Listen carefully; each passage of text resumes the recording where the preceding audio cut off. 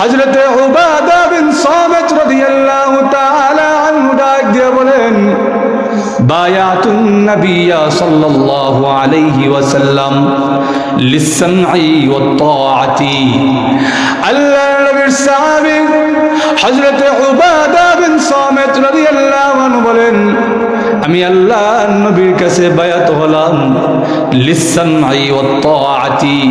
ইয়া রাসূলুল্লাহ, ইয়া হাবিবাল্লাহ, আল্লাহর নবী গো, আমি আপনার কাছে বায়াত হলাম, আপনি আর আল্লাহ আমাকে যে আদেশ দিবেন আমি সব শুনবো, শুধু শুনবই না, ওগো নবীজি আমার জীবন চলে যেতে পারে কিন্তু আমি কোনোদিনও আমার আল্লাহ এবং রাসূলের বিরুদ্ধে যাব না।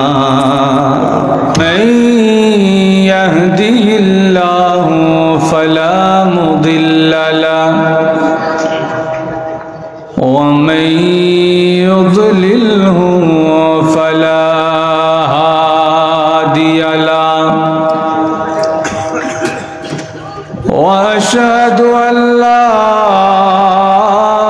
ইলাহা ইল্লাল্লাহু ওয়াহদাহু লা শারীকা লাহু ওয়া নাশহাদু আন্না সাইয়্যিদানা ওয়া মাওলানা মুহাম্মাদান আবদুহু ওয়া রাসূলুহু আল্লাযী উরসিলা ইলান নাসি কাফাতান বাশীরাও ওয়া নাযীরা ওয়া দা'iয়ান ইলাল্লাহি বিইذনিহি ওয়া সিরাজাম মুনীরা। أما بعد فقد قال الله تعالى في كلامه المجيد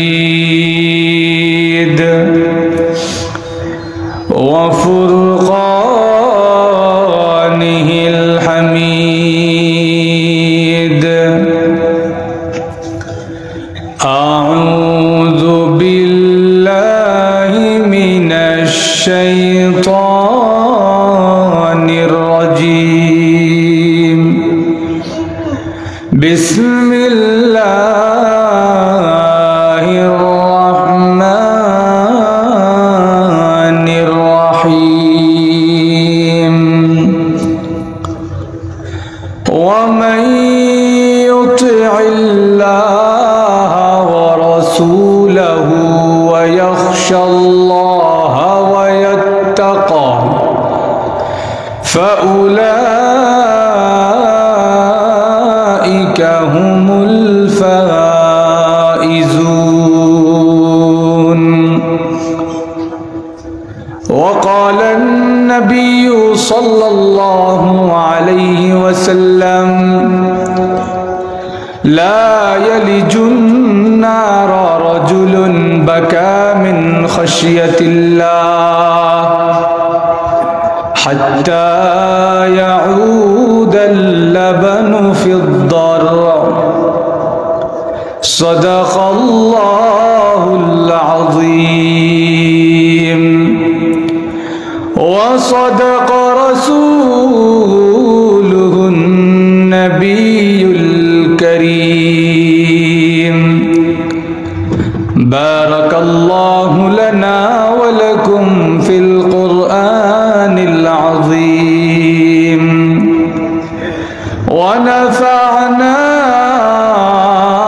وإياكم بالآيات والذكر الحكيم. صلى الله على سيدنا ومولانا محمد وعلى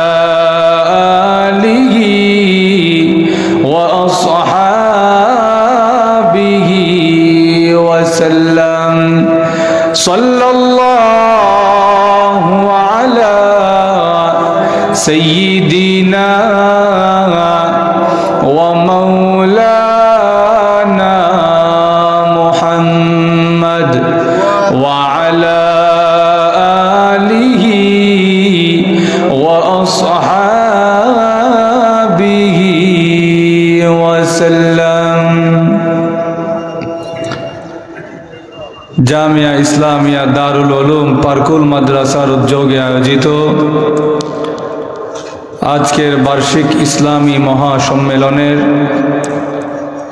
অত্যন্ত শ্রদ্ধাভাজন সভাপতি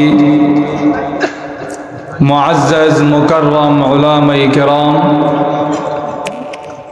উপস্থিত সুধীমণ্ডলী, সর্বস্তরের প্রাণপ্রিয় মুসলমান ভাইয়েরা, পর্দার অন্তরালে অবস্থানরত অত্যন্ত শ্রদ্ধেয়া মা ও বোনেরা,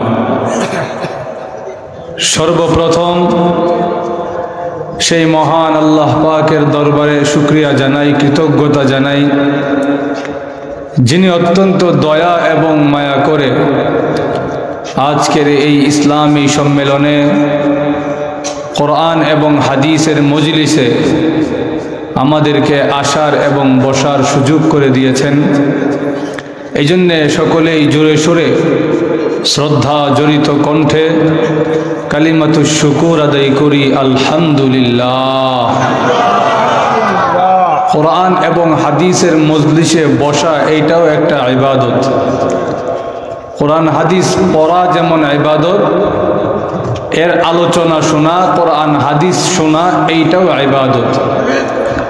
এই জন্যে আল্লাহ কোরআনে বলেন ওয়াইদা কুরিআল কোরআন ফাসতামিউ লাহু।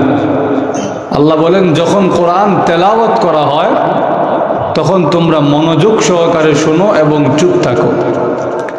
মনোযোগ সহকারে শুনতে যেহেতু বলেছেন, এই আয়াতের ব্যাখ্যায় মুফাসসিরিনে কেরাম বলেন তাহলে বোঝা যায় কোরআন শোনাও একটা ইবাদত। এই জন্যে যেখানে কোরআন এবং হাদিসের আলোচনা হয় এই মজলিসে বসা যেহেতু ইবাদত, এজন্য আমরা দাঁড়িয়ে না থেকে সকলে বসে যাই। দাঁড়িয়ে কোরআন হাদিসের আলোচনা শোনা এটা সুন্নত নয়, এটা আদব নয়, এটা আদবের খেলাফ। এই জন্য জায়গা থাকলে বসে যাই, এটা সৌন্দর্য। আমার আব্বাজান রহমতুল্লাহ আলাই বলতেন কোরআন এবং হাদিসের আলোচনা শুনতে হয় বসে বসে, আর সাপ খেলা দেখে মানুষ দাঁড়ায়। এই জন্যে জায়গা থাকলে বসে যায়। আল্লাহ রাব্বুল আলামিন আমাদেরকে কবুল আর মঞ্জুর করুন। আমি আপনাদের সামনে পবিত্র কোরআন শরীফের সূরাতুন নূরের একখানা আয়াতে কারিমা তেলাওয়াত করেছি। রাসূল করিম সাল্লাল্লাহু আলাইহি ওয়াসাল্লামের অসংখ্য অগণিত হাদিস মুবারক থেকে একখানা হাদিস পাঠ করেছি। আমার তেলাওয়াতকৃত আয়াতে আল্লাহ রাব্বুল আলামিন আমাদের পরকালীন জীবন কিভাবে সার্থক হবে, কিভাবে সফল হবে, কামিয়াব হবে, এই ব্যাপারে আল্লাহ চূড়ান্ত দিক নির্দেশনা দিয়েছেন। আমাদের জীবন দুইটা, একটা ইহকালীন জীবন আরেকটা পরকালীন জীবন। ইহকালীন জীবন আল্লাহ আমাদেরকে ভোগ বিলাসের জন্য দেন নাই। এই জীবনটা 40 বছর 50 বছর যতটুকু হায়াত পাইলাম এটা এমনি কাটায়া দিলাম, এমনটা নয়। আল্লাহ আমাদেরকে এমনি এমনি সৃষ্টি করে নাই। কোরআনের এক আয়াতে আল্লাহ বলেন তোমাদের কি মনে হয় তোমাদেরকে আমি আল্লাহ এমনি এমনি সৃষ্টি করেছি? তোমরা কি আমি আল্লাহর কাছে ফিরে যাবে না? আমাদের কি আল্লাহর কাছে ফিরে যেতে হবে কি হবে না? আর একটু জোরে বলেন। আল্লাহর কাছে যে ফিরে যেতে হবে এই ক্ষেত্রে কোনো সন্দেহ নাই। একদিন না একদিন সবাইকেই যেতে হবে। আমাদেরকে মুসাফির হতে হবে আল্লাহর দিকে। কেউ চাইলেও থাকতে পারবে না।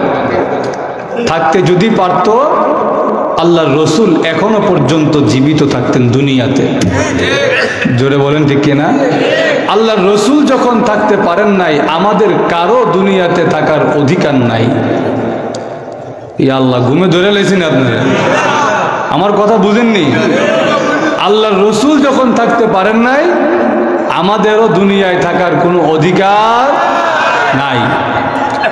আর এই যে চলে যাওয়ার যে সিস্টেমটা, আল্লাহ এই চলে যাওয়ার নিয়মটার মধ্যে একটা নিয়ম রাখছে। চলে যখন যাব, মরণ যখন আসবে, এই মরণের একটা যন্ত্রণাও হবে। জোরে বলেন ঠিক কিনা? এই মরণের যন্ত্রণা থেকে আল্লাহর রসুলও মুক্তি পান নাই। হাদিসের মধ্যে আসছে, আম্মা জান আয়েশা সিদ্দিকা রাদিয়াল্লাহু আনহা ডাক দিয়া বলেন, আল্লাহর নবী, বিশ্ব নবী, রাহমাতুল লিল আলামিন, আল্লাহর নবীর যেদিন ইন্তেকাল হয়ে যাবে, আম্মা জান আয়েশা বলেন, আমি নবীর পাশে বসা, এমনি তাকায় দেখি আল্লাহর নবীর মাথার পাশে একটা পাত্র রাখা। ওই পাত্রের মধ্যে পানি ছিল। আল্লাহর নবী, বিশ্ব নবী, রাহমাতুল লিল আলামিন ওই পাত্রের মধ্যে একবার হাতটা এইভাবে চুবায়, হাতটা পাত্র থেকে বের করে নবী সারা মুখে এইভাবে মালিশ করে। আর নবী ডাক দিয়া বলে, আল্লাহুম্মা আইন্নি আলা সাকরাতিল মাউত। আল্লাহর নবী ডাক দিয়া বলে, প্রভু গো, আমি নবীর সাকরাত আরম্ভ হয়ে গেছে, তুমি প্রভু যদি আমাকে সাহায্য না করো, আমার আর কোনো সাহায্যকারী নাই। আল্লাহর নবী এইভাবে যখন শুরু করে দিয়েছে, আম্মা জান আয়েশা সিদ্দিকা রাদিয়াল্লাহু তাআলা আনহা বলেন, পৃথিবীর মানুষেরা রে, আমি আয়েশার ধারণা পাল্টে গিয়েছে। আল্লাহর নবীর যদি এমন কষ্ট হয়, দুনিয়ার আর কারো মরণের যন্ত্রণা থেকে রেহাই পাওয়ার অধিকার না। নবীজি এমন ভাবে শুরু করে দিয়েছে, পাত্রের মধ্যে হাতটা একবার ভিজায়, সারা মুখে এইভাবে মালিশ করে আর আল্লাহরে ডাকে, আল্লাহ আমার সাকরাত আরম্ভ হয়ে গেছে, আপনি আমাকে সরাসরি সাহায্য করেন। তাহলে আমাদের সবাইকে একদিন চলে যেতে হবে এবং এই চলে যাওয়ার সময় একটা কষ্ট সহ্য করতে হবে। এখন যখন চলে গেলাম, এইবার আমাদের দ্বিতীয় জিন্দিগি, পরকালীন জিন্দিগি শুরু হয়ে গেছে। আল্লাহ বলেন, তোমার ইহকালীন জিন্দিগিতে তুমি কি করছো এইটা আমার কাছে গ্রহণযোগ্য নয়, এইটা আমার কাছে ধর্তব্য নয়। তুমি এই ইহকালীন জিন্দিগি থেকে আমি আল্লাহর কাছে কি নিয়ে আসছো, এইটা হলো আমি আল্লাহর কাছে গ্রহণযোগ্য। কি নিয়ে আসছো, এই কি নিয়ে আসছো, কিভাবে আমি আল্লাহকে রাজি এবং খুশি করতে পারি, কিভাবে আমার এই দুনিয়াবি জিন্দিগি সফল হইতে পারে, এই মাপকাঠি, এই কর্মসূচি আল্লাহ আমার তেলাওয়াতকৃত আয়াতে তুলে ধরেছেন। আল্লাহ আমার তেলাওয়াতকৃত আয়াতের শেষে বলেন, ফাউলাইকা হুমুল ফাইজুন।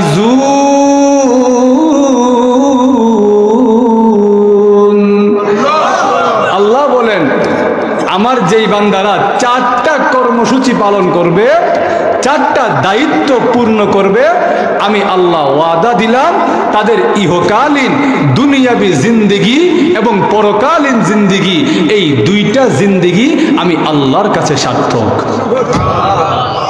আল্লাহ যদি আমাদের জীবনকে সফল, সার্থক, কামিয়াব, সাকসেসফুল বলে ঘোষণা দিয়ে দেয়, আমাদের আর কোনো চাওয়া পাওয়া আছে? আরো জোরে। এইবার আসেন, এই চারটা শর্ত কি? কোন চার শর্ত পালন করলে আল্লাহ আমার জীবনকে সার্থক ঘোষণা দিয়ে দিয়েছেন? এক নাম্বার, আল্লাহ বলেন, ওয়ামান ইউতি'িল্লাহ ওয়া রাসূলাহ।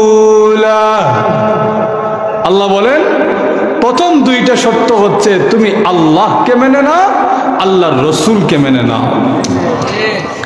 যারা আল্লাহকে মানবে না, যারা আল্লাহর রসুলকে মানবে না, নাস্তিক যারা হবে, আল্লাহর কসম জিন্দেগিতে জান্নাতের সুঘ্রাণ পাবে না। এই জন্য আল্লাহ প্রথমেই বলেন আল্লাহকে মেনে না, আল্লাহর রসুলকে মেনে নাও। যারা আল্লাহকে মানে না তাদের জিন্দেগি একটা কুকুর আর বিড়ালের চাইতেও খারাপ। কেমনে খারাপ? একটা কুকুর আর বিড়াল সে তার মালিককে চিনে, কিন্তু যেই বান্দাটা তার আল্লাহরে চিনল না, সে আল্লাহর এত নেয়ামত পাওয়ার পরেও, এত নেয়ামত ভোগ করার পরেও যে তার মালিক আল্লাহকে চিনল না, তার মধ্যে আর একটা কুকুরের মধ্যে পার্থক্য হলো, একটা কুকুর তার মালিকের ভাতের মার খেয়ে মালিককে চিনে, কিন্তু এই নিমক হারাম বান্দা আল্লাহর এত নেয়ামত ভোগ করার পরেও সে তার মালিককে চিনল না। জোরে বলেন ঠিক কিনা? এই দিক থেকে যেই মানুষটা আল্লাহকে মানে না, যেই মানুষটা আল্লাহকে চিনে না, এই দিক থেকে সে একটা কুকুর আর বিড়ালের চাইতেও খারাপ। দুই নাম্বার কেমনে খারাপ? একটা কুকুর আর বিড়াল তাদের আখিরাতের জিন্দেগিতে জান্নাত জাহান্নাম নাই।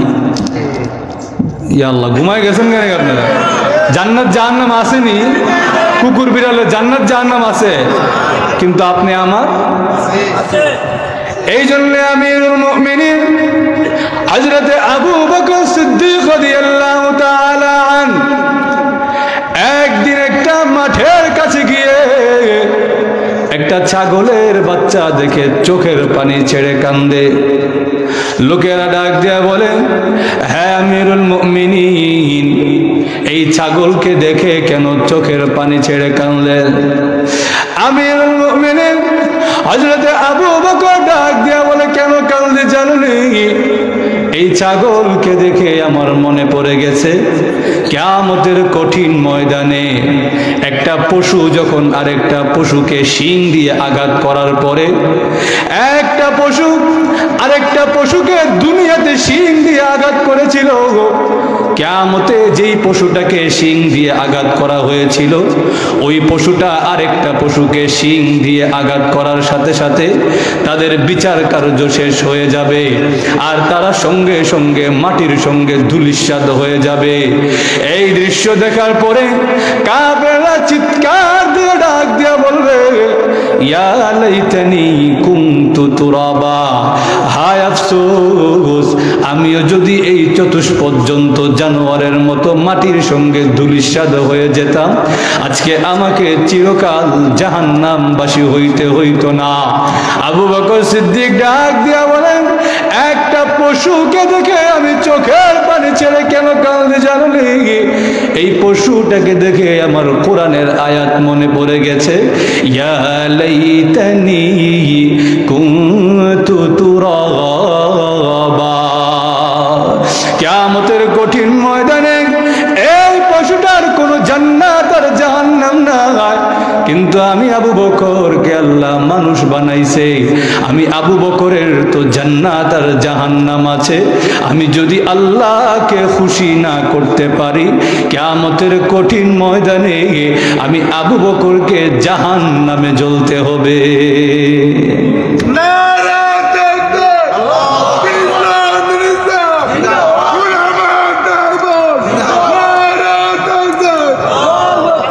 এই জন্য যে কথাটা বলতে চাচ্ছিলাম, যে আবু বকর রাদিয়াল্লাহু তাআলা আনহু উনি যখন কান্দে যে আহারে, আমার তো জান্নাত আর জাহান্নাম আছে, আমি যদি আমার রবকে খুশি না করে যেতে পারি আমাকে তো জাহান্নামের আগুনে জ্বলতে হবে।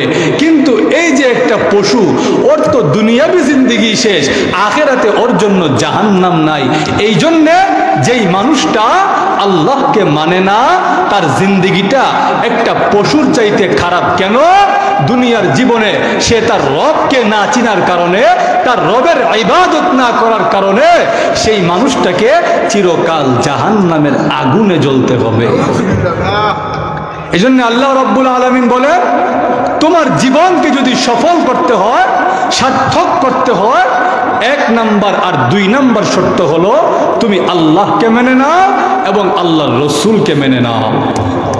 মেনে নেওয়ার একটা অর্থ হলো মুখে বললাম মানছি, আরেকটা অর্থ হলো মুখে তো বলছি যে আপনি যা বলছেন সব মানছি, কিন্তু আমি হৃদয় দিয়ে এই কথা বিশ্বাস করি আমার আল্লাহ আমার রসুল যা বলেছেন সব কিছু আমি মানব, প্রয়োজনে আমার জীবন চলে যেতে পারে, কিন্তু আমি আমার আল্লাহ এবং তার রসুলের বিরুদ্ধে যেতে পারবো না।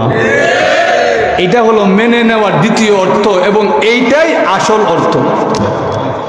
আল্লাহর নবীর সাহাবী হযরত উবাদা বিন সামিত রাদিয়াল্লাহু তাআলা আনহু ডাক দিয়ে বলেন, বায়াতুন নবিয়্যা সাল্লাল্লাহু আলাইহি ওয়াসাল্লাম লিসসামঈ ওয়াত তাআতি। আল্লাহর নবীর সাহাবী হযরত উবাদা বিন সামিত রাদিয়াল্লাহু আনহু বলেন, আমি আল্লাহর নবীর কাছে বায়াত হলাম লিসসামঈ ওয়াত তাআতি। ইয়া রাসূলুল্লাহ, ইয়া হাবিবাল্লাহ, আল্লাহর নবী গো, আমি আপনার কাছে বায়াত হলাম, আপনি আর আল্লাহ আমাকে যে আদেশ দিবেন আমি সব শুনবো, শুধু শুনবই না, ওগো নবীজি আমার জীবন চলে যেতে পারে, কিন্তু আমি কোনোদিনও আমার আল্লাহ এবং রসুলের বিরুদ্ধে যাব না। এর নাম হলো মানা। জোরে বলেন ঠিক কিনা? আমরা সমাজে তো দেখা যায় মুখে মুখে আছে কিন্তু হৃদয়ে নাই। জোরে বলেন ঠিক কিনা? আমি যদি এখানে আসার পরে আপনাদেরকে বলতাম যে আমার এক গ্লাস খাওয়ার পানি দেন, আর আপনারা যদি বলতেন যে হুজুর খাওয়ার পানি তো নাই, কিন্তু আপনি যে আসছেন আমরা খুশির শেষ নাই, কিন্তু খাওয়ার পানি নাই। আচ্ছা খাওয়ার পানি যখন নাই একটু বর জায়গা দেন, হুজুর বর জায়গাটাও নাই, কিন্তু আপনি যে হাসছেন আমরা কলজা ফাইটে যেতেছে খুশিতে, কিন্তু বর জায়গাও নাই। আবার যদি কাছে ঠিক আছে তাহলে একটু পাড়া মেলে একটু থাকতে দেন পাড়ারে, হুজুর এই জায়গাটাও নাই, কিন্তু এলাকাবাসীর আনন্দের শেষ নাই আপনি যে আসছেন। বলেন তো দেখি এই মহব্বত আর এই মানার কোনো দাম আছে? আর একটু জোরে কেন নাই? মহব্বত তো আছে, খুশিতে আত্মহারা, কিন্তু দাম নাই কেন? আমি যা বলি এই কথা মানতে আপনারা প্রস্তুত না। আরো জোরে বলেন ঠিক কিনা? তাহলে যদি পরিপূর্ণ মানতে হয় তাহলে মুখে বলার সাথে সাথে হৃদয়ে এই কথা বিশ্বাস রাখতে হবে যে আমার আল্লাহ এবং তার রসুল আমার জন্য যেই শরীয়ত যেই বিধান দিয়ে গেছে তা আমাকে পুঙ্খানুপুঙ্খ পালন করতে হবে। পুঙ্খানুপুঙ্খ যদি পালন করতে পারি আমার আল্লাহ ওয়াদা দিয়েছে আমার জিন্দেগি সার্থক হয়ে গেছে। এই গেল 1 আর 2, 3 আর 4। আল্লাহ বলেন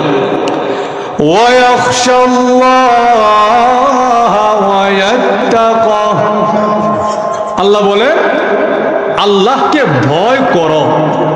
সোজা অর্থ আল্লাহকে ভয় করো। এখন ভয় করার জন্য আল্লাহ 2টা শব্দ আনছে, একটা হলো ইয়াখশাল্লাহ, আরেকটা হলো ওয়ায়াত্তাকহি। একটা হলো খাশিয়াতুল্লাহ, আরেকটা হলো তাকওয়া। এখন এই 2টা অর্থই ভয় করা, কিন্তু 2 ভয়ের মধ্যে পার্থক্য আছে। একটা ভয় হলো খাশিয়াতুল্লাহ। খাশিয়াতুল্লাহ কোন ভয়কে বলা হয়? একটা হলো গুনাহ করার পরে ভয়, আরেকটা হলো গুনাহ করার আগে ভয়। গুনাহ করার পরে আল্লাহকে যে ভয় করা হয় এই ভয়ের নাম হলো খাশিয়াতুল্লাহ। আমার কথা বুঝছেন নি আপনারা? আল্লাহই জানে। একটা হচ্ছে গুনাহ করার পরে ভয়। গুনাহ করার পরে কেমনে ভয়? গুনাহ হয়ে গেছে, এইবার আল্লাহর কাছে হাত তুলে কাঁদছেন, আল্লাহ আমি তো অধম, আল্লাহ আমি তো অপারগ, আল্লাহ আমি তো নালায়েক, আল্লাহ আপনার ছোট্ট একটা বান্দা, আমার দ্বারা আল্লাহ গুনাহ হয়ে গেছে, আপনি যদি আমাকে মাফ না করেন, আপনি যদি আমাকে গুনাহের কারণে জাহান্নামে দেন, ওই জাহান্নামের আগুন সহ্য করবার ক্ষমতা আমার নাই। আসেনি আপনারা? আমার তো নাই, আপনারা তো জানি না। আর একটু জোরে বলে, জাহান্নামের আগুন সহ্য করবার ক্ষমতা আমরার কারোরই নাই। আল্লাহর নবী বিশ্ব নবী রাহমাতুল লিল আলামিন বলেন জাহান্নামের আগুন কেমন ভয়াবহ। আল্লাহর নবী বলেন জাহান্নামের আগুনে যখন কোনো বান্দাকে নিক্ষেপ করা হবে, কোনো বান্দাকে যখন জাহান্নামের আগুনে নিক্ষেপ করা হবে, জাহান্নামের আগুনে পড়ার আগেই জাহান্নামের আগুনের তাপ পাওয়ার সাথে সাথে ওই বান্দার গোশত চামড়া খসে খসে পড়তে থাকবে। ওই আগুন সহ্য করবার ক্ষমতা আসেনি আপনারা? আরো জোরে। এইভাবে যখন আল্লাহর কাছে হাত তুলে কাঁদে, আল্লাহ আমার তো জাহান্নামের আগুন সহ্য করবার ক্ষমতা নাই, তখন যখন চোখ দিয়ে পানি বের হয়ে যায়, আল্লাহ রাব্বুল আলামিন ঘোষণা দিলেন, আমি তোর গুনাহ তো মাফ করে দেই, শুধু তাই নয়, তোর গুনাহ মাফ করে দেওয়ার সাথে সাথে আমি আল্লাহ এই ওয়াদাও দিলাম, তোর জিন্দেগি আমি আল্লাহর কাছে সার্থক হয়ে গেছে। এই জন্য এই কথাটা মনে রাখবেন, আল্লাহ বলছেন ইয়াখশাল্লাহ, গুনাহ করার পরে আমি আল্লাহকে ভয় করো। কারণ আমরা যে গুনাহ করব এটা আল্লাহ জানেনি। আরো জোরে। আল্লাহ ক্ষমা করতে ভালোবাসেন। আল্লাহ যে আমরা যে গুনাহ করব এটা যে আল্লাহ জানে, এটার দলিল কি? এর দলিল হলো আল্লাহ নিজের একটা নাম রেখে দিয়েছেন গফুর। আল্লাহ ক্ষমাশীল, আল্লাহ ক্ষমা করতে পছন্দ করেন। নিজের একটা নাম আল্লাহ রেখে দিয়েছে গফুর। আল্লাহ রসুল বলেন, আমি যখন জান্নাতে মেয়ারাজের ভ্রমণে গেলাম, গিয়ে দেখি জান্নাতের গেটের মধ্যে লেখা উম্মাতুন মুজনিবাতুন ওয়া রাব্বুন গফুর। আল্লাহ রাব্বুল আলামিন জান্নাতের গেটের মধ্যে লিখে দিয়েছে, আমি জানি আমার বান্দারা গুনাহ করবে, আর যখন আমার বান্দারা গুনাহ করার পরে আমি আল্লাহর কাছে তওবা করে মাফ চেয়ে নিবে, আমি আল্লাহ জান্নাতের গেটের মধ্যে লিখে দিলাম, যেই বান্দারা গুনাহ করার পরে আমি আল্লাহর কাছে তওবা করে মাফ চেয়ে নিবে, আমি আল্লাহ তাদেরকে জান্নাতে প্রবেশ করাবো। ভাইরা আমার, লক্ষ্য করে দেখুন, আল্লাহ রাব্বুল আলামিনের কাছে তার কোন গুনাহগার বান্দা যখন মাফ চেয়ে নেয়, ওই আমলটা আল্লাহর কাছে বড় মজা লাগে, বড় মধুর লাগে।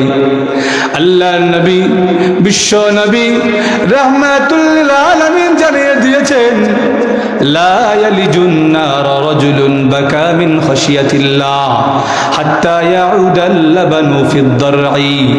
আল্লাহর নবী বলেন, দুধের ওলান থেকে যখন দুধ বের করে ফেলা হয়, ওই দুধ যেমন উলানে আর ফেরত নেওয়া যায় না, আল্লাহর কোন বান্দা যখন চোখের পানি ছেড়ে কান্দে, আল্লাহর কোন বান্দা চোখের পানি ছেড়ে যখন আল্লাহর ভয়ে কাঁদে, আল্লাহর রাসূল বলেন, লা ইয়ালিজুন নার রাজুলুন বাকা মিন খাশিয়াতিল্লাহ। আল্লাহর ভয়ে যদি চোখের পানি ছেড়ে দিতে পারো, আল্লাহর রাসূল বলেন, আল্লাহ তার ওই বান্দাকে কোনোদিনও জাহান্নামে প্রবেশ করাবেন না। শুধু তাই নয়, আল্লাহর রাসূল আরেক হাদিসের মধ্যে বলেন, মান যাকারাল্লাহ ফাফাদাত আইনাহা হাত্তা ইউসিবাল আরদ। আল্লাহর রাসূল বলেন, কোন বান্দা যদি আল্লাহকে স্মরণ করার সাথে সাথে, আল্লাহকে ইয়াদ করার সাথে সাথে তার চোখ দিয়ে পানি বের হইতে থাকে, এত পানি বের হচ্ছে তার চোখের পানি দিয়ে তার সামনের জমিনটা ভিজে গেছে, এইভাবে যদি চোখের পানি ছেড়ে কোনো বান্দা কাঁদে, আল্লাহর রাসূল ওয়াদা দিয়েছেন, লাম ইউআযিবুহুল্লাহু ইয়াউমাল কিয়ামাহ। আল্লাহ তাআলা তার ওই বান্দাকে কিয়ামতের দিন কোনো শাস্তি দিবেন না। ভাইরা আমার, চোখের পানি এত দামি আর এত মূল্যবান। আল্লাহ রাসূল বলেন, কিয়ামতের কঠিন ময়দানে জাহান্নাম যখন মানুষ দেখে ফেলবে, জাহান্নামকে তখন আর কন্ট্রোল করা যায় না। তাকাদু তামাইয়াজু মিনাল গায়য। জাহান্নাম ক্রোধে ফেটে যায়, জাহান্নামকে কেউ কন্ট্রোল করতে পারে না। জাহান্নামের এই অবস্থা দেখে আম্বিয়া কেরামও ভয় পেয়ে যাবে, সবাই ইয়া নাফসি বলে কাঁদতে থাকবে। এমন সময় দেখা যায় জাহান্নামের উপরে আল্লাহ রাব্বুল আলামিন কয়েক ফোঁটা পানি ছিটায়া দিবেন। কয়েক ফোঁটা পানি ছিটায়া দেওয়ার পরে জাহান্নাম এবার ঠান্ডা হয়ে গেল, শান্ত হয়ে গেল। আল্লাহ নবী ডাক দিয়ে বলে, প্রভু গো, কোন পানি দিলেন? জাহান্নাম যে ঠান্ডা হয়ে গেল, এটা কি হাউজে কাউসারের পানি নাকি? আল্লাহ রাব্বুল আলামিন ডাক দিয়ে বলেন, না গো নবী না, এটা হাউজে কাউসারের পানি না, এইটা কি জমজম কূপের পানি নাকি? না নবী না, এইটা জমজম কূপের পানিও নয়, এইটা হলো আমি গুনাহগার বান্দা বান্দীদের চোখের পানি। আমি আল্লাহ আমার গুনাহগার বান্দা বান্দীদের চোখের পানি একটা কুদরতি ট্যাঙ্কির মধ্যে জমা করে রেখেছিলাম। আজকে জাহান্নামের উপরে আমি আল্লাহ ওই পানিগুলা ছিটিয়ে দিয়েছি। আল্লাহর কাছে তার গুনাহগার বান্দা বান্দির চোখের পানি এত প্রিয়, জাহান্নামের উপরে আল্লাহ তার গুনাহগার বান্দা বান্দির চোখের পানি ছিটায় দেওয়ার সাথে সাথে এইবার জাহান্নাম ঠান্ডা হয়ে যায়, শান্ত হয়ে যায়। এই জন্যে আল্লাহ রাব্বুল আলামিন 3 নম্বর কর্মসূচি দিলেন, যদি কোনো বান্দা চোখের পানি ছেড়ে আমি আল্লাহর কাছে গুনাহ হয়ে যাওয়ার পরে চোখের পানি ছেড়ে কাঁদে, আমি আল্লাহ ওয়াদা দিলাম আমার ওই বান্দাকে আমি জাহান্নামে দিব না, কিয়ামতের কঠিন ময়দানে জান্নাতের সার্টিফিকেট তুলে দিব। আপনারা জান্নাতে যেতে চাননি? আরো জোরে।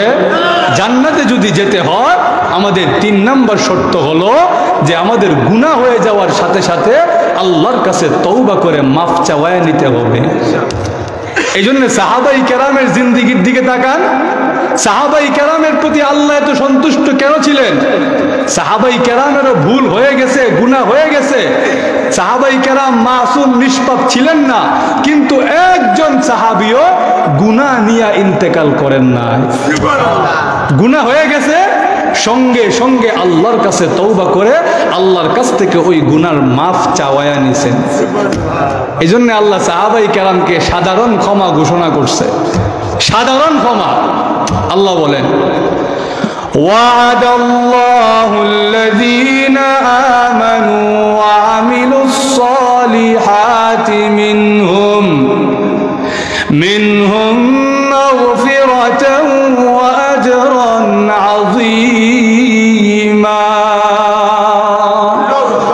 আল্লাহ রাব্বুল আলামিন বলেন, আমার নবীর সাহাবীদের মধ্যে থেকে যারা ঈমান এনেছে এবং সৎ কর্ম করেছে, নেককার হয়েছে, তাদের জন্য আমি আল্লাহ সাধারণ ক্ষমা ঘোষণা করলাম। সাধারণ ক্ষমা কেন? সাহাবাই কেরাম গুনাহ হয়ে গেলে সঙ্গে সঙ্গে তওবা করে আল্লাহর কাছ থেকে ওই গুনার মাফ নিয়ে নিছেন, এরপর কবরে গেছেন। এর আগে কবরে যান নাই। গুনাহ মাফ হয়েছে কিনা এই গ্যারান্টি আগে নিয়ে নিছে, এরপর কবরে গেছে। এর আগে কবরে যান নাই। আল্লাহর নবীর এক সাহাবী ছিলেন, ওনার নাম মাইজ বিন মালিক রাদিয়াল্লাহু তাআলা। অসুবিধা হইতাছে না আপনারা? একটা ঘটনা বলতাম নি। আল্লাহর নবীর এক সাহাবী হযরত মাইজ বিন মালিক রাদিয়াল্লাহু তাআলা আনহু, তিনি নবীর কাছে এসে বলে, ওগো নবী, আমাকে আপনি পাক করে দেন, তাহহিরনি, আমাকে পাক করে দেন। আল্লাহ রসুল বলেন, কিসের থেকে পাক করব? কি কইতাছো? কি পাক করতাম? হুজুর আমারে পাক করেন, আমি বড় গুনাহ করে ফেলছি, আমারে পাক করে দেন, আমি জানি না, আমারে পাক করেন। আল্লাহ রসুল বলেন, তুমি আমার কাছে পরে আইসো, আল্লাহর কাছে তওবা করো, পরে আইসো। রসুল বুঝেন নাই সে কি বলতেছে, বলে তুমি পরে আইসো, আল্লাহর কাছে তওবা করো, আমার কাছে পরে আইসো, এখন যাও। উনি কিছুক্ষণ পর আবার আসে, আইসা বলে, হুজুর আমারে পাক করেন, আমার জিন্দেগি শেষ, আমারে পাক করেন। আল্লাহ রসুল বলেন, রে মাইজ, তোমারে কি থেকে পাক করব? কি হয়েছে তোমার? হযরত মাইজ বিন মালিক রাদিয়াল্লাহু তাআলা আনহু বলেন, হুজুর আমি তো ভুলে জিনা করে ফেলছি, আমাকে জিনার গুনাহ থেকে আপনি পাক করে দেন। নবীর বিশ্বাস হয় না আমার সাহাবী জিনা করতে পারে না। নবী সাহাবীদেরকে জিজ্ঞেস করে, মাইজ কি পাগল হয়ে গেছে? সাহাবাই কেরাম বলেন, না না হুজুর, মাইজ তো পূর্ণ সুস্থ, মাইজ পাগল হয় নাই। রসুল বলেন, মাইজ কি ভুলে তাইলে মদ পান করে আসছে নাকি? এ যা কইতাছে এটা তো বাস্তব না, এ কি মদ টদ খায় আসছে নাকি?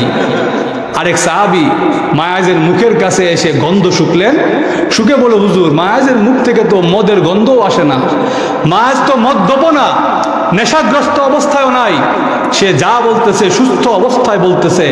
আল্লাহ রসুল বলেন, যদি সুস্থ অবস্থায় বলে থাকে তাহলে মায়াজের জন্য রজমের ব্যবস্থা করো। রজম বুঝেননি আপনারা? ইসলামের বিধান হলো, যেই পুরুষের স্ত্রী আছে আর যেই মহিলার স্বামী আছে, এই জাতীয় নারী পুরুষ যদি জিনায় লিপ্ত হয়ে যায়, ইসলামের নিয়ম হলো জিনার অপরাধে তাদেরকে পাথর মেরে মেরে হত্যা করা হবে। আল্লাহর জমিনে তাদের থাকার কোনো অধিকার নাই। এই জন্যে তাদের দেখে দেখে সমাজ ঠিক হয়ে যাবে যে বাবারে যে শাস্তি ঠিক করে রাখছে আমি এই কামও নাই। জোরে বলেন ঠিক কিনা? ওয়াজ নসিহত যেমন দরকার, মাঝে মাঝে কিছু ফিরানো দরকার। জোরে বলেন ঠিক কিনা? ওয়াজ নসিহত হলো ভিতরে কলপটা যে আছে এইটার মলম, এইটার মালিশ, আর উপরে যে আল্লাহ আমরা একটা ত্বক দিছে, চামড়া দিছে, মাঝে মাঝে এইটারও ঠিক করানোর লাগে কিছু লাঠি দরকার। ইসলামে যেমন ওয়াজ নসিহত আছে, আল্লাহ রসুলকে বলছে ওয়াযাক্কির ফা ইন্না যিকরা তানফাউল মুমিনিন। ওগো নবী, আপনি মুমিনদেরকে নসিহত করতে থাকেন, নসিহত মুমিনদেরকে উপকৃত করবে। আবার আল্লাহ রাব্বুল আলামিন আল্লাহর রসুলকে এই নির্দেশও দিয়েছেন, ওগো নবীজি, কোনো বিবাহিত নারী পুরুষ যদি জিনায় লিপ্ত হয় তাদেরকে আপনি রজম দেন, পাথর মেরে আঘাত করতে করতে হত্যা করে ফেলেন।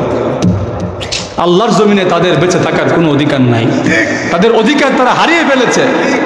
হযরত মাআজ বিন মালিক যখন এইভাবে কান্নাকাটি আরম্ভ করলেন, আল্লাহর রসুল তার জন্য রজমের ব্যবস্থা করলেন। সাহাবাই কেরাম তাকে রজম করে তার যখন ইন্তেকাল হয়ে গেল, দুই দল লোক হয়ে গেল। আমরা সমাজে তো একটা ঘটনা ঘটলে এমনি দুই দল হয়ে যায়। জোরে বলেন ঠিক কিনা? একজন শুনছিলাম বলছে যে বাঙালিরা খালি দুইটা দল বানায় দাও, বাকিরা এরা দীক্ষা লইব। জোরে বলেন ঠিক কিনা? আমরা দুইটা দল করে দাও, এক দল থাকতাম আমরা ভালো লাগে না, দুই দল আমরা করে দাও, এবার বাকিটা আমরা দীক্ষা লম। তো কোনো ঘটনা ঘটার পরে দুইটা দল হয়ে যায়। আল্লাহ রসুলের যুগেও এক দল বলতেছে মাস কি কামটা করলো, এটা কি ঠিক হইলো? এমন লোক আমরা সমাজে আছে না নাই? দেখবেন যে বেটা খুব সুফি মানুষ, সুবহানাল্লাহ সুবহানাল্লাহ, আচ্ছা হাজী সাহেবের ছেলেরা যে কামটা করলো এটা কি ঠিক হইলো? সুবহানাল্লাহ সুবহানাল্লাহ, ইয়া আল্লাহ, এমন লোক নাই না আমাদের সমাজে? নবীর যুগে এমন কিছু লোক ছিল, হাদিসের মধ্যে আসছে দুই দল লোক হয়ে গেছে। একদল বলতেছে মাছ যে কাজটা করলো এটা কেমনে করলো? হ্যাঁ, হে আল্লাহর জমিনে থাকিয়া আল্লাহর রিজিক খায়া হে জিনা কইরা লইলো, এত বড় কামটা কেমনে করলো? আর একদল লোক বলে মাছ যেই তওবা করেছে এমন তওবা আমরা জিন্দেগিতে কোনোদিনও দেখি নাই। আল্লাহর নবীর দরবারে এসে মাছ দুইটা হাত এমন ভাবে করে বলে ইয়া রাসূলুল্লাহ, ইয়া হাবিবাল্লাহ, আল্লাহর নবী গো, আমি মাছ গুনাহ করে ফেলেছি। আমি মাছকে যদি আপনি পাথর মেরে মেরে হত্যা না করেন, আমি মাছকে আল্লাহ মাফ করবে না। আর আমি মাছকে যদি আল্লাহ মাফ না করে গো, আমি মাছ আল্লাহর শাস্তি ভোগ করার মতো ক্ষমতা আমার নাই। আপনি আমাকে পাথর মেরে মেরে হত্যা করে ফেলুন। মাছ যেই তওবা করেছে এমন তওবা আমরা জিন্দেগিতে কোনোদিন দেখি নাই। আল্লাহর নবী, বিশ্ব নবী রাহমাতুল লিল আলামিন দুই দলের কথা শোনার পরে একদিন সাহাবাই কেরামের সামনে আসলেন। সাহাবাই কেরামের সামনে এসে আল্লাহর নবী বলেন, ও আমার সাহাবীরা, তোমরা আমার সাহাবী হযরতে মাআজের জন্য আল্লাহর কাছে ক্ষমা চাও। সাহাবাই কেরাম বলেন, আমরা আল্লাহর নবীর কথা শুনে আল্লাহর কাছে দোয়া করলাম, আল্লাহ মাআজকে ক্ষমা করে দেন। এমনি তাকায় দেখি আল্লাহর নবীর চোখের কোনা দিয়া পানি পড়তেছে। আল্লাহর নবী ডাক দিয়া বলেন, আমার মাআজ এমন তওবা করেছে, আমার মাআজের তওবা যদি আমার উম্মতের মাঝে বন্টন করে দেওয়া হতো, আমার উম্মত যদি আর কোনো তওবা না করতো, তথাপিও আল্লাহ আমার উম্মতের সারা জিন্দেগির গুনাহ মাফ করে দিত। লাউ কুসিমাত বাইনা উম্মাতিন লাওয়াসিআতহুম, আল্লাহ রসুল বলেন আমার উম্মতের মাঝে এক মাআজের তওবা যদি বন্টন করে দেওয়া হতো, আমার উম্মতের জন্য মাআজের তওবাই যথেষ্ট হয়ে যেত। তাহলে আল্লাহর কাছে বান্দা যদি আকুতি কাকুতি মিনতি করে কাঁদে, আল্লাহ গো আমি তো গুনাহ করে ফেলেছি, কিন্তু তবুও তো আমি আপনার গোলাম, আপনার বান্দা। আপনি যদি আমারে ফিরাইয়া দেন, আমার যাইবার আর কোনো জায়গা নাই। এইভাবে যখন বান্দা কান্না আরম্ভ করে দেয়, আল্লাহর দয়ার সাগরে ঢেউ খেলে যায়। আল্লাহর রসুল বলেন, এইভাবে যখন আল্লাহর দয়ার সমুদ্রে ঢেউ উঠে যায়, আল্লাহ ঘোষণা দিয়ে দিছেন, আমার ওই বান্দাকে আমি জাহান্নামের আগুনে দিব না। এই জন্যে আমাদেরকে সবসময় মনে রাখতে হবে, গুনাহ আমাদের হয়ে যেতেই পারে। আমরা মানুষ, আমরা অপারগ, আমাদের গুনাহ হয়ে যেতে পারে। আমরা দুর্বল, ওয়া খুলিকাল ইনসানু যায়িফা, আমরা দুর্বল। আমাদের নফসের প্রতি আমাদের কন্ট্রোল নাই, আমাদের আয়ত্তে নাই আমাদের নফস। আমাদের গুনাহ হয়ে যেতেই পারে, কিন্তু গুনাহ যখন হয়ে যায়, সঙ্গে সঙ্গে আল্লাহর কাছে তওবা করে ফেলতে হবে। রাজি আসেননি আপনারা? আরো জোরে। তওবা যদি করে ফেলি, দেখবেন আমলের মধ্যে একটা বরকত আসতেছে। এরপর দেখবেন, আজকে ফজরের নামাজ আপনি কাজা করছেন, আপনার মনের মধ্যে কোনো অনুভূতি নাই। তো কিতা হয়েছে তে পড়ুন না, আবার জোরের সময় জোর মিস, তো কিতা হয়েছে তে পড়ুন না আসরের সময়। আমাদের সমাজে এই চিত্র আছে না নাই? এইভাবে যখন আমল মিস হয়ে যায়, ফরজ বিধান তার থেকে ছুটে যায়, দেখবেন তার ভিতরে কোনো অনুভূতি নাই। কিন্তু যদি একটা আমল ছুটে যাওয়ার পরে সে তওবা করে ফেলতো, আল্লাহর কাছে মনে মনে মাফ চেয়ে ফেলতো, রাত্রে চোখের পানি ছেড়ে কাটতো। হাদিসের মধ্যে তো এমন আসছে, শুনলে আমি যখন এই হাদিস পড়ছি আমার গায়ের পশম দাঁড়ায় গেছে। আমি যখন এই হাদিস পড়ছি আমার চোখ দিয়ে পানি বের হয়ে গেছে। হাদিসের মধ্যে আসছে, আল্লাহর রসুল বলেন, কোনো বান্দা যখন গভীর রজনী, সবাই ঘুমায় আছে, এক বান্দা যখন কনকনে শীতের রাত, বান্দা যখন 4টার দিকে ঘুম থেকে উঠে, শেষ সাথে ঘুম থেকে উঠলো, ঠান্ডা পানি দিয়া উজু করছে, জায়নামাজটা বিছায়া দাঁড়ায় গেছে, বান্দার এই আমল দেখে মহান আল্লাহ মুচকি মুচকি হাসে। ফেরেশতাদেরকে বলে, ও ফেরেশতারা, আমার বান্দা কি করে? বান্দা কি করে আল্লাহ জানে না? জানেনি? এরপরে ফেরেশতাদেরকে জিজ্ঞেস করে কেন? ফেরেশতাদেরকে সাক্ষী রাখে, ও ফেরেশতারা, তোমরা তো বলছিলা যে আমি আল্লাহ মানুষ বানাইলে এই মানুষগুলা দুনিয়াতে গিয়া ফিতনা ফাসাদ করবে, রক্তারক্তি করবে। তাকায়া দেখো, সারা দুনিয়া ঘুমায় আছে, আমার বান্দা আমার দরবারে দাঁড়ায় গেছে। আল্লাহ এই বান্দাকে দেখে মুচকি মুচকি হাসে। এইভাবে যদি আমরা ইবাদত করতে পারি, যদি তওবা করে ফেলতে পারি, দেখবেন মনের মধ্যে একটা পবিত্রতা কাজ করে, আর গুনাহ করতে মন চায় না, নেক আমল ছাড়তে মন চায় না। জোরে বলেন ঠিক কিনা? আর নেক আমল যখন ছুটে যায়, দেখবেন মনের মধ্যে একটা ব্যথা অনুভব হয়, আরে আজকে ভুলে আমার ফজরের নামাজটা কাজা হয়ে গেল, এত চেষ্টা করলাম, এরপরেও ঘুম থেকে উঠতে পারলাম না, আরে আজকে দিনটাই আমার খারাপ যাবে। এইভাবে যখন বান্দা আফসোস করতে থাকে, আল্লাহ রসুল বলেন, ইদা সাররাতকা হাসানাতুকা ওয়া সাআতকা সাইয়্যাতুকা ফাআনতা মুমিন। আল্লাহ রসুল বলেন, তোমার নেক কাজ যখন তোমাকে আনন্দিত করবে, কোনো নেক কাজ করার পরে তোমার মনে একটা আনন্দ আসে, আর কোনো গুনাহ হয়ে গেলে তোমার মনটা খারাপ হয়ে যায়, আল্লাহর কাছে বারবার তওবা করে আফসোস করতে থাকো, আল্লাহ রসুল বলেন, আমি রসুল ওয়াদা দিলাম, তোমার নাম আল্লাহর খাতায় মুমিন হিসাবে লেখা হয়ে গেছে।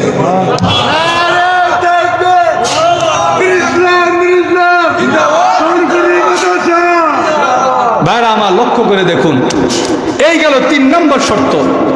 4 নম্বর শর্ত, আল্লাহ রাব্বুল আলামিন বলেন, ওয়ায়াত্তাকি। আল্লাহ বলেন, একটা তো হলো গুনাহ করার পরে আমি আল্লাহকে ভয় করবা, 4 নম্বর হলো গুনাহ যেন না হয় সেই দিকে খেয়াল রেখে আমি আল্লাহকে ভয় করবা।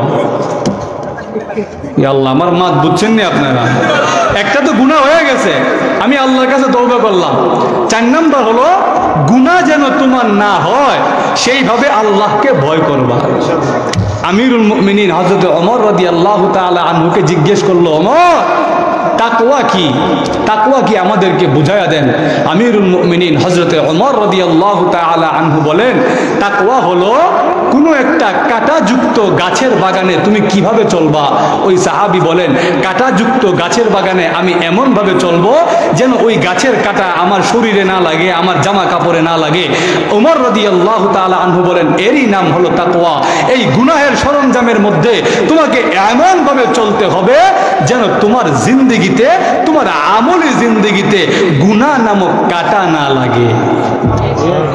আমাকে এমনভাবে চলতে হবে যেন আমার আমলি জিন্দগিতে কোনো গুনাহ না লাগে। ইয়া আল্লাহ, ঘুমায় গেছেন কেন?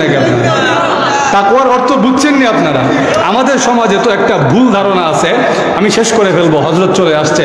আমাদের সমাজে একটা ভুল ধারণা আছে, সেটা হলো যে আমরা মনে করি যে যত বেশি আমল করে হে অত বড় মুত্তাকি। ইয়া আল্লাহ, আমাদের সমাজে এই চিত্র নাই নি? আমরা যদি দেখি এক বেটা সারা দিন রাত নফল নামাজ আদায় করে, সব সময় মসজিদে গিয়ে বসে থাকে, এই বেটারে মনে করি বাবারি কত বড় মুত্তাকি জানে এই বেটা। জোরে বলেন ঠিক কিনা? কিন্তু আসল মুত্তাকি হলো সে যে হারাম কাজ থেকে বিরত থাকে।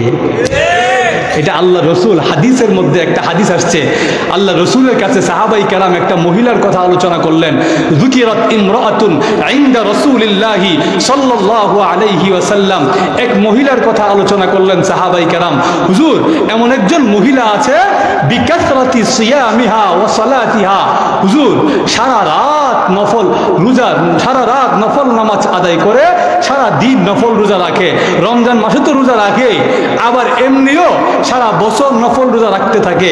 কিন্তু হুজুর তার একটা সামান্য একটা দুষ্ট চরিত্র আছে। কি চরিত্র? তুযি জারাতাহা বিলিসানিহা, ওগো নবীজি, সে তার জবান দিয়ে তার প্রতিবেশীকে কষ্ট দেয়। আমলের কিন্তু কোনো কমতি নাই। বিকাসরাতি সিয়ামিহা ওয়া সালাতিহা, সারা দিন নফল নামাজ আদায় করে, সারা দিন নফল রোজা রাখে, কিন্তু কি দোষ? তার জবান দিয়া তার প্রতিবেশীকে কষ্ট দেয়। আল্লাহ রসুল বলেন হিয়া ফিন্নার। আল্লাহ রসুল বলেন তোমরা যে এত প্রশংসা করতেছো ওই মহিলার, যে সে এত আমলদার, কিন্তু তার যে ছোট্ট একটা দুশ্চরিত্র আছে, তার এই চরিত্রের কারণে আমি রসুল দেখতেছি কিয়ামতের কঠিন ময়দানে আল্লাহ তাকে জাহান্নামে নিক্ষেপ করবেন। এই জন্যে মুত্তাকি, কে মুত্তাকি? এই ক্ষেত্রে মানদণ্ড হলো, মাপকাঠি হলো যে হারাম কাজ থেকে যত বেশি বেঁচে থাকে সে তত বড় মুত্তাকি। আমি নফল নামাজ 2 রাকাত কম পড়তে পারি, নফল নামাজ বেশি পড়লে তো আলহামদুলিল্লাহ, কিন্তু আমি নফল নামাজ 2 রাকাত কম পড়তে পারি, কিন্তু আল্লাহর কসম কোনো হারাম কাজ আমি জিন্দেগিতে করি নাই। এইভাবে যেই ব্যক্তি সাক্ষ্য দিতে পারবে, স্বীকৃতি দিতে পারবে, সেই হলো সবচেয়ে বড় মুত্তাকি। কারণ মুত্তাকি এর অর্থ হলো যে বেঁচে থাকে। আমার কথা বুঝেন না আপনারা? মুত্তাকি অর্থ কি? যে বেঁচে থাকে। কি থেকে বেঁচে থাকে? গুনাহ যেন তার আমলে না লাগে, এই দিক থেকে যে বেঁচে থাকে তার নাম হলো মুত্তাকি। এই জন্য আল্লাহ রাব্বুল আলামিন বলেন 4 নম্বর শর্ত ওয়ায়াত্তাকি, তুমি আল্লাহকে ভয় করো যেন তোমার দ্বারা কোনো গুনাহ না হয়ে যায়। যদি কোনো বান্দা আল্লাহকে ভয় করে, তার দ্বারা কি গুনাহ করা সম্ভব? আর একটু জোরে বলেন।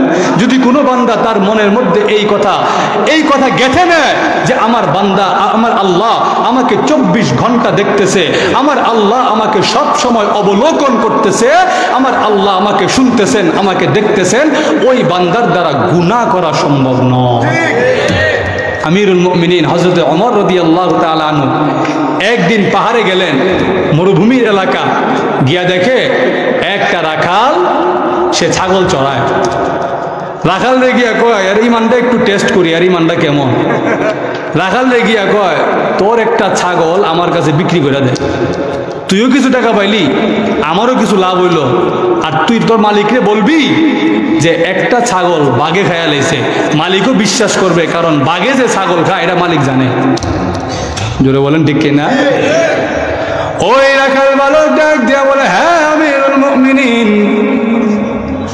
আমি যে আপনার কাছে একটা ছাগল বিক্রি করে দিব, আর আমার দুনিয়াবি মালিককে বলবো বাঘে একটা ছাগল খেয়ে ফেলছে, আমার দুনিয়াবি মালিক আমাকে না দেখতে পারে, কিন্তু আমার আসল মালিক তো আমাকে 24 ঘন্টা যাবত দেখতেছে।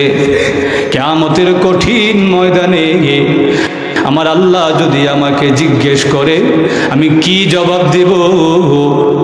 রাখালের এই কথা শুনে আমিরুল মুমিনিন খুশিতে আত্মহারা হয়ে গেলেন। আমিরুল মুমিনিনের চোখ দিয়া পানি বের হয়ে গেল। আমিরুল মুমিনিন হযরত ওমর রাদিয়াল্লাহু আনহু ডাক দিয়া বলেন, ও রাখাল শোন, তোর এই উত্তর শুনে আমি আমিরুল মুমিনিনের দিলটা ঠান্ডা হয়ে গেল। আমার দেশের একটা রাখালের কাছে যখন কোরআনের বাণী পৌঁছে গেছে, আমার আর কোনো টেনশন নাই। আমি আমিরুল মুমিনিনের দেশের একটা মানুষও আর অনিরাপদ নয়। একটা মানুষেরও আর জানমালের চিন্তা নাই, কারণ একটা রাখালের কাছে কোরআনের বাণী পৌঁছে গেছে।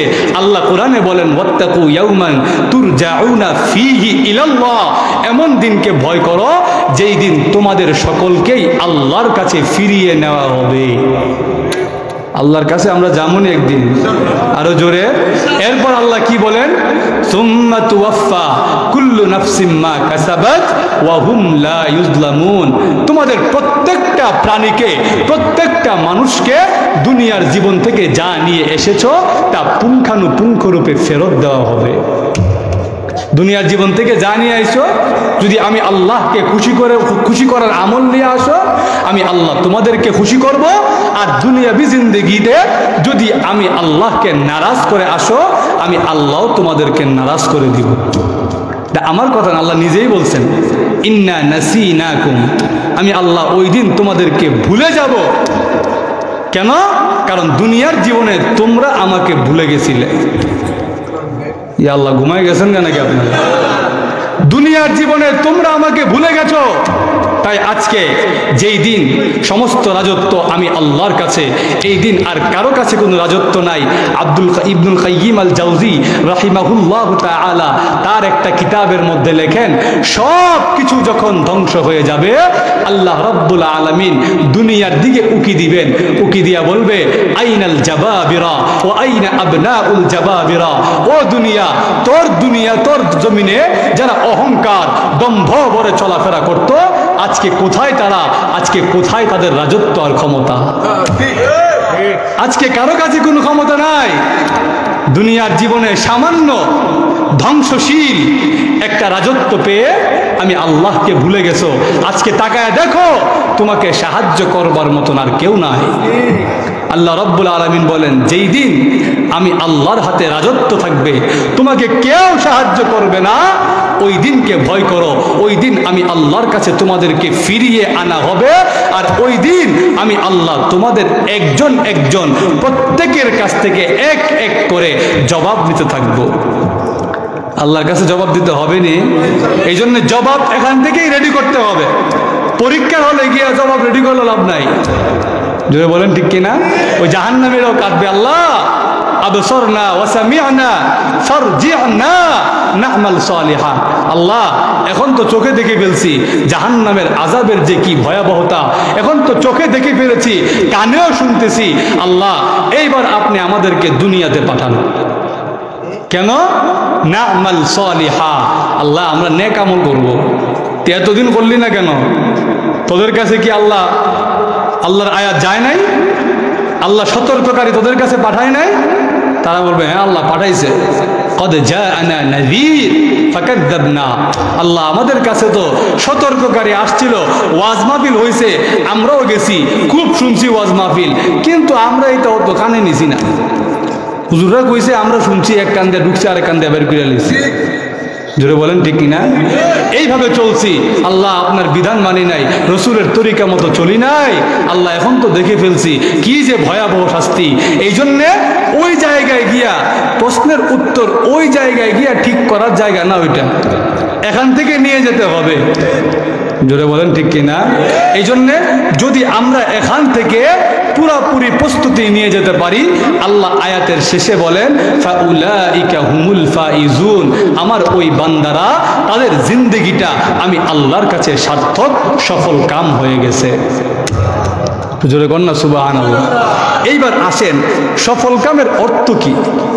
আমরা তো বুঝলাম সফল, আল্লাহ খালি বলতেছে সফল, কিন্তু সফল কামের অর্থ কি? সফলতার আসল অর্থ কি? কোরআনের আরেক আয়াতে আল্লাহ এর ব্যাখ্যা দিয়েছেন। আল্লাহ বলেন, আসহাবুল জান্নাহ হুমুল ফাইজুন,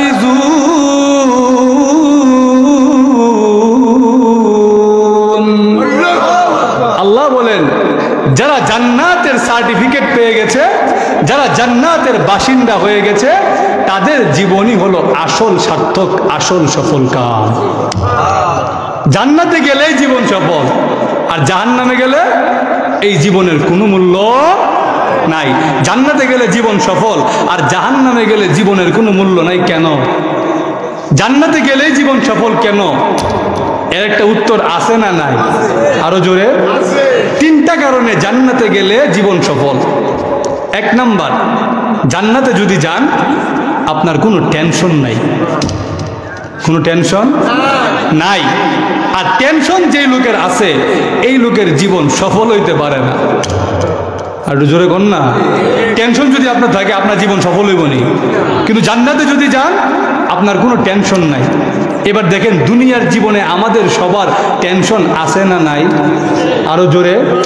টেনশন সবারই আছে। হাদিস শরীফের মধ্যে আসছে, রসুল বলেন সাইয়াবাতনি হুদ। কোরআন শরীফের একটা সূরা আছে, সূরা হুদ। সেই সূরার একটা আয়াত আছে, ফাস্তাকিম কামা উমিরতা। ওই একটা আয়াতের টেনশন আমি রসুলকে বুড়া বানায় দিচ্ছি। আসসালামু আলাইকুম। ভালো আছেন? এই জন্যে দুনিয়াবী জীবনে আমাদের জীবন সফল হইতে পারে না। সফলতা যদি অর্জন করতে হয় তাহলে আমাদেরকে যেতে হবে জান্নাতে। আল্লাহ রাব্বুল আলামিন আমাদের সবাইকে কবুল আর মঞ্জুর করুন। হযরত চলে এসেছেন, আমি এখানেই শেষ করে দিচ্ছি। ওয়া আখিরু দাওয়ানা আনিল হামদুলিল্লাহি রাব্বিল আলামিন। আসসালামু আলাইকুম ওয়া রাহমাতুল্লাহি ওয়া বারাকাতুহু।